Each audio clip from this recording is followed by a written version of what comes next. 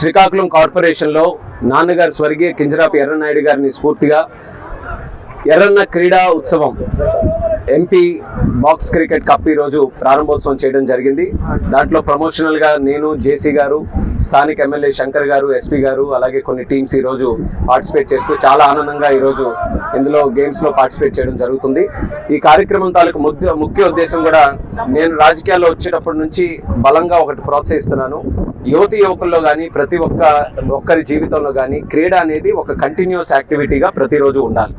అది ఏ రకమైనటువంటి క్రీడ అయినా పర్వాలేదు, వాళ్ళకి నచ్చినటువంటి క్రీడల్లో ప్రతిరోజు కూడా పాల్గొని ఒక ఫిట్ ఇండియా ఏదైతే మన ప్రధానమంత్రి నరేంద్ర మోదీ గారు పిలుపునిచ్చారో ఆ ఫిట్ ఇండియాని మనం సాధించాలి అని అంటే, ప్రతి ఒక్కరూ ఆరోగ్యంగా ఉండాలి అని అంటే ప్రతి ఒక్కరూ ప్రతిరోజు ఏదో ఒక రకమైనటువంటి క్రీడా కార్యక్రమంలో పాల్గొనాలి.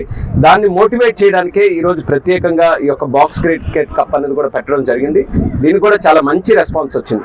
దీని లొకేషన్ కూడా మీరు చూసుకుంటే మొన్ననే మన శ్రీకాకుళం కార్పొరేషన్లో కార్గిల్ పార్క్ అని చాలా అద్భుతంగా ఈ యొక్క పార్క్ను కూడా మనం డెవలప్ చేసుకున్నాం. మరి ఒక పక్కన వీర జవాన్లు వాళ్ళకు కూడా మనం స్మరించుకుంటూ అలాగే క్రీడను కూడా ప్రోత్సహించాలని ఇక్కడ క్రియేట్ చేసినటువంటి ఫెసిలిటీస్ కూడా మనం ఉపయోగించుకోవాల్సినటువంటి అవసరం ఉంది. హెల్తీగా ఉండాల్సిన అవసరం ఉంది.